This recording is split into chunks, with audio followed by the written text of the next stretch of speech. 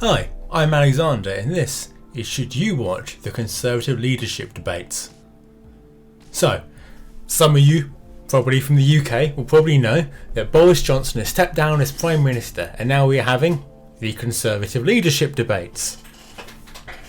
Now we've gone from a whole range of candidates to the final two. And these two possibilities are Rishi Sunak and Liz Truss. And they're having a series of televised debates. Now, this probably won't be relevant for most of you out there. I think like 20% of my audience is the biggest chunk and they're all from the USA and they probably do not give a shit in the slightest. You know, this is UK based. I just needed an easy video, so this was it. So, should you watch these debates? Well, probably not. The way this works is you can only vote for essentially the next Prime Minister if you are part of the Conservative Party and have been for 3 months. So if you're not and haven't been for the last 3 months, you cannot vote on this next.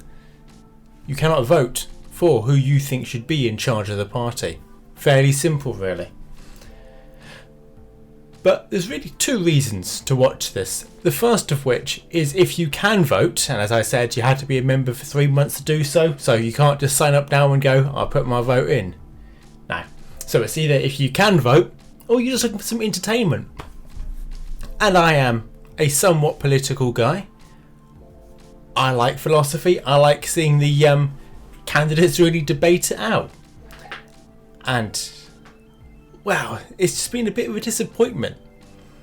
I've seen all of the debates so far, and none of them have really dealt with anything of any substance. They very much stay on the easy side of politics. There's always, oh yeah, well, should Boris Johnson be in your cabinet? I mean, no one really cares. All people really want to know about is their policies. And, well, blood sports. Everyone loves a bit of blood sports. So if they're not tearing into each other or telling me what they're actually going to do, I don't really care. And each one seems to be about an hour long. And as I said, I've watched them all, but it's not like, you count the minutes or anything. That said, I did actually count the minutes when Boris Johnson resigned, and I sat in front of the TV with some family and watched it all happen, watched the countdown come down, watching come out. That was entertaining. These less so. It's essentially 40 minutes of them talking over each other about nothing in particular, and maybe 10 minutes of nameless presenter, let's call him, talking to the audience who, let's be fair, never add anything of substance. I'm not saying we should have a Jeremy Springer, one of these people, and the audience jeer at them or something. But it's always the most inane stuff they come out with. They go to the audience, they say, yeah, well, I'm struggling to pay my bills because, cost of living's gone up. Well, yeah, we kind of know that. Everyone's in that position. And then they ask the candidates about it and they totally avoid the question, saying, oh, we'll pay for it now, we'll pay for it later. But, I mean, they're so close to each other at the end of the day, it doesn't really matter. In fact, at the end of the BBC debate that just happened, Rishi just said out in the open that they are essentially so close together they agree on most things.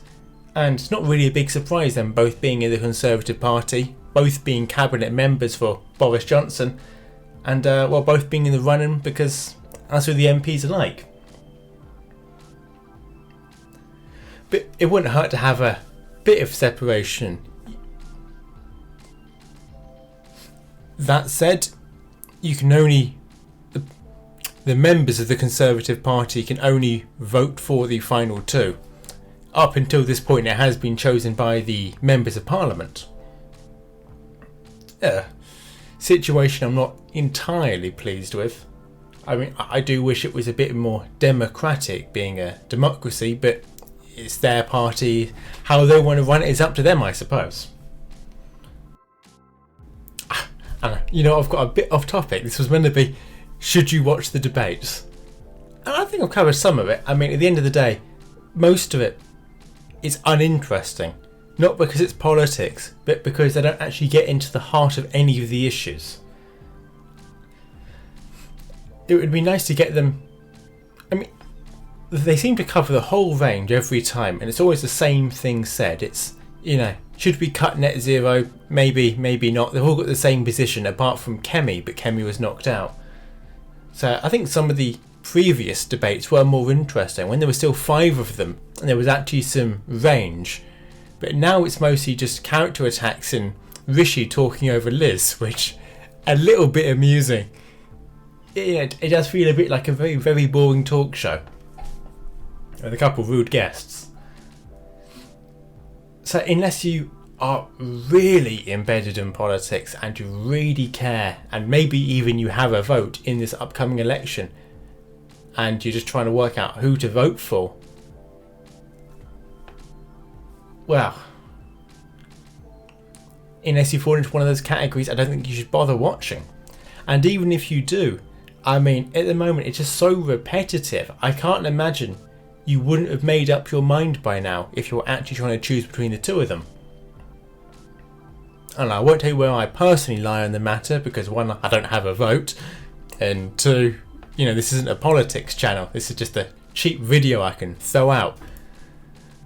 They both made their positions rather clear, and as the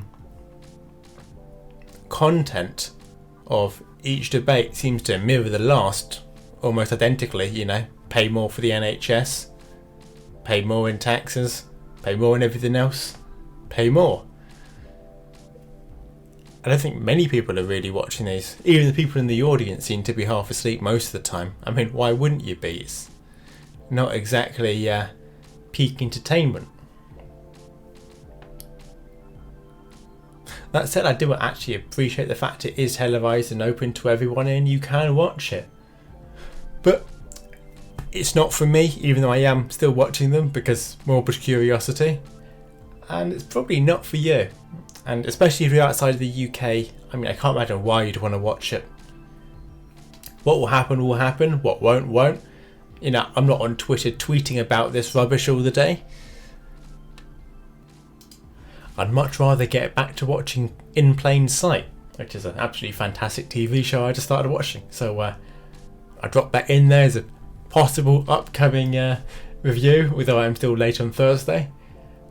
But this has been Alexander's Agenda and a absolutely incoherent ramble, which hopefully I'll edit into something somewhat in the semblance of an argument. But until next time, it's been Alexander, and should you watch the Conservative leadership debates?